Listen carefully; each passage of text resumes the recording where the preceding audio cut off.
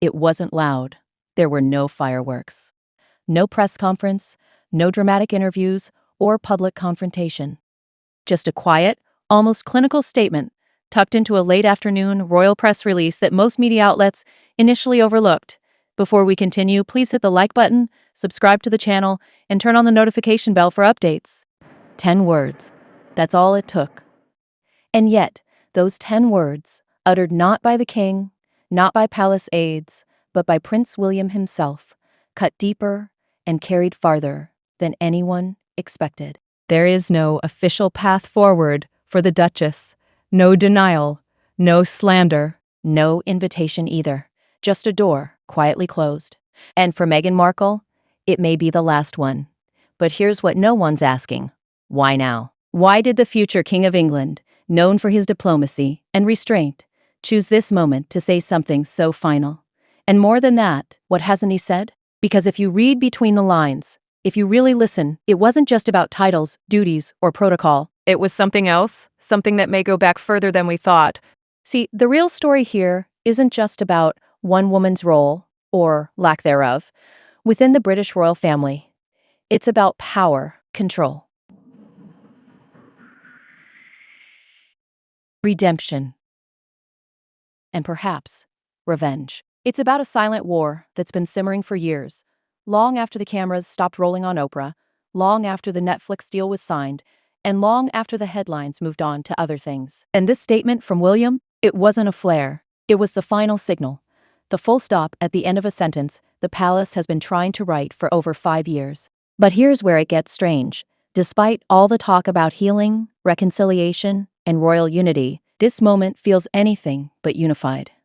Because while Charles remains silent, Harry remains distant, and Meghan remains unseen, it's William who steps forward, alone. And that raises the question, has the real power shift already happened? Let's pull back. For months now, quietly, strategically, there's been a remapping of the monarchy. Roles have been redistributed, images curated, protocol adjusted. If you know where to look, the signs were everywhere. But it was always subtle, until now. Until William, a man trained to say nothing unless absolutely necessary, chose to say this. So what changed? What was it that pushed him to make it public? There are whispers, always whispers, in these circles, that Meghan had recently reached out through unofficial diplomatic channels, that there were conversations happening in places far removed from Buckingham Palace, Geneva, Nairobi, Washington, D.C., that her return, not to the family, but to the institution, wasn't as far-fetched as it once seemed, and that terrified the palace. But not because Meghan was dangerous. No, that's too easy. It's because Meghan had become useful, and in the monarchy, being useful can be just as threatening as being disruptive, especially if you're not on the inside anymore. So, what does no official path forward actually mean? On paper, it's administrative. A bureaucratic boundary drawn between past and present. It sounds harmless, but spoken aloud by William, deliberately, it becomes something else. A warning, a declaration, a line in the sand. But maybe also a beginning? Because here's what no one seems to understand about Meghan Markle. You don't need to be inside the royal family to shape its narrative. You just need to exist adjacent to it. And that may be the very thing the palace fears most. Let me ask you something. What happens when a woman who was once cheered, then jeered, then ghosted by the most powerful monarchy in the world decides not to fade quietly into private life? What if she decides, instead, to build something parallel, a brand, a cause, a throne of her own, outside their reach? Does a statement like William's still hold any weight in a world where influence is no longer defined by blood, but by bandwidth? You see where this is going. This isn't just about a duchess. This is about the future of monarchy itself. And perhaps more interestingly, it's about the man who may soon inherit it. Because William's statement didn't come from nowhere. Sources tell us this wasn't even approved by Charles, that it was William's team, his advisors, his circle, who crafted the language, timed the release, and ensured the message hit when and where it needed to. Not flashy, not attention-seeking, just surgical. And that tells us something critical. This wasn't about drama. It was about control. Control of the message. Control of the future. Control of what and who the monarchy wants the world to see as legitimate. So let's dig in. Let's rewind the tape. Because if you look back, there were moments, subtle, strange moments, where it looked like Meghan might be inching her way back into official orbit. A charity event where a former royal patron was spotted praising her off camera. A leaked Zoom call with Commonwealth leaders, where Meghan's name was floated as a cultural envoy. Even talks, quiet, backroom talks, about the possibility of a symbolic role for the Sussexes at the upcoming centennial of the Queen's birth legacy. Talks that never went anywhere, because before they could go anywhere, William stepped in, and with 10 quiet words, he shut it down. Here's the part I keep coming back to. Why wasn't this left to palace protocol? Why speak now when the headlines had moved on? Because someone needed to reframe the narrative. Someone needed to say publicly that whatever Meghan was building, whatever comeback story was being floated, had nothing to do with them, and it had everything to do with timing. Because, as you'll see later, Meghan was never trying to return to the royal family in the traditional sense. She was trying to redefine what being royal means, outside the confines of bloodlines and protocols, to turn lineage into leverage, and William saw it coming. Let's not forget, this is a man who spent a lifetime being trained in the art of waiting, of preparing, of watching. When William makes a move, it's not spontaneous. It's strategy. But the timing of this statement is still strange, isn't it? Because just a few weeks ago, there were whispers, small ones, but persistent, that something had shifted in Harry and Meghan's world, that their US Populara brand was wobbling, that Netflix was cooling, that the Spotify fallout had damaged not just their contracts, but their credibility. And into that vacuum, into that uncertainty, William drops a hammer, not loudly, Not aggressively, just firmly. There is no official path forward. Now imagine hearing that if you're Meghan. The interviews, the exile, the pregnancies, the public scrutiny, the endless headlines. To be told now that there's not even the possibility of a future inside that world, it doesn't matter if you wanted it or not, it stings. Especially if you were working behind the scenes to carve out a role that could have allowed both you and the firm to save face. Because here's the contradiction. The palace needs modernity to survive. But not that kind of modernity. Not her kind. Not the kind you can't control.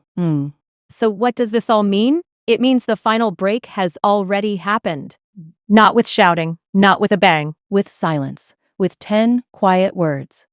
And maybe, just maybe, with something darker. Because as you'll soon see, William's statement may not be the end of the story. It may just be the start of a deeper unraveling. Because there's something no one has reported on yet. Something about a private royal council, a hidden vote, and a voice inside the palace who argued to give Meghan a role. A voice no one expected. And that vote? Well, let's just say it didn't go the way Meghan hoped. But what came next would change everything. And no one saw it coming. It wasn't leaked. That's the first strange thing. In a palace where whispers turn into headlines overnight, this one stayed locked down until the very last second. No trial balloons. No strategic leaks to soften the blow. No nods to favored journalists or staged close friend quotes in the tabloids. Just the release. Straight from Kensington. Time-stamped.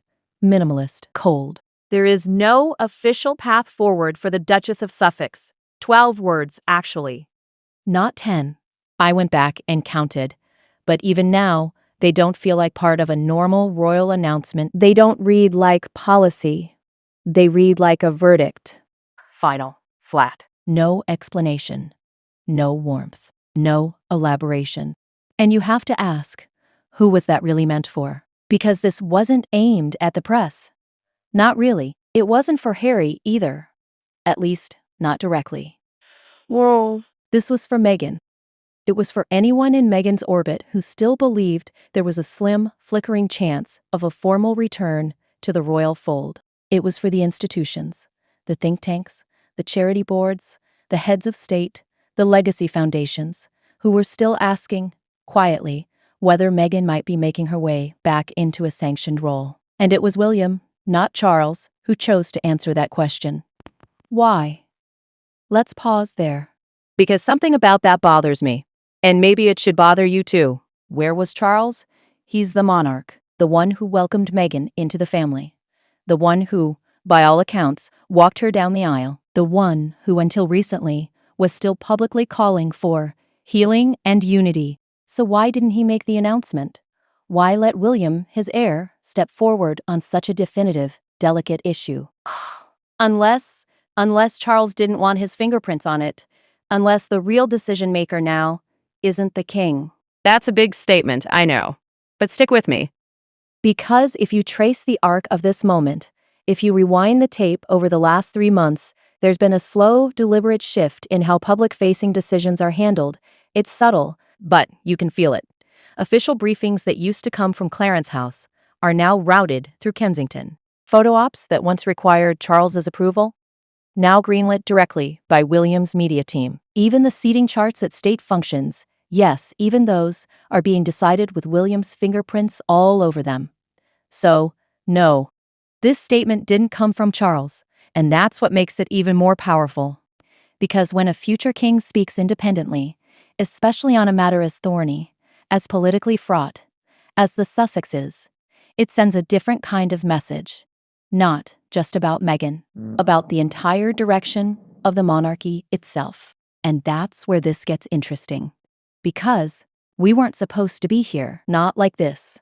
When Harry and Meghan stepped back in 2020, there was a very carefully worded framework established. You might remember it, the infamous Sandringham Summit, a kind of pseudo-negotiation between the Queen, Charles, William, and Harry. It ended with a plan, a period of transition, they called it, a soft exit, not a hard banishment. Meghan and Harry would keep their titles, but not use them officially. They would pursue independent projects but remain family. It was vague on purpose. That vagueness was strategic. It left open a door, a back channel. A maybe. Because at the time, no one, including William, wanted to make anything permanent. Not out loud, not yet. But now that door's been closed, and here's the twist. It wasn't closed by some scandal, or explosive interview, or public breach of trust. It was closed with no new event at all. No new inciting incident, and which makes it even more chilling. This wasn't reactive, it was proactive. This was a decision made in cold daylight by William. Which brings us back to the question that's been scratching at the back of my mind since this all began. What changed? Because it wasn't the press. They've been quieter lately. It wasn't Meghan. She's kept a relatively low profile these past few months, by her standards. It wasn't Harry either. He's been visible, yes, but mostly in personal or sporting contexts. So why now? What was William trying to stop or preempt before it even started? Some think it was about an event, a future date, a calendar conflict. There are rumors, unconfirmed but persistent, that Meghan was being quietly considered, again, as a symbolic guest at the upcoming Commonwealth Legacy Roundtable. Not as a working royal, not as a duchess, as a representative, not of the monarchy, but of her own brand of activism. It would have been just enough to blur the lines. Just enough to make people ask the question again. Wait, is she back? And that was a problem. Because once the public starts wondering, it doesn't take much for media narratives to follow. And once narratives form, the institution loses control. So William didn't wait. He acted. He didn't issue a press embargo or wait for the papers to ask the question.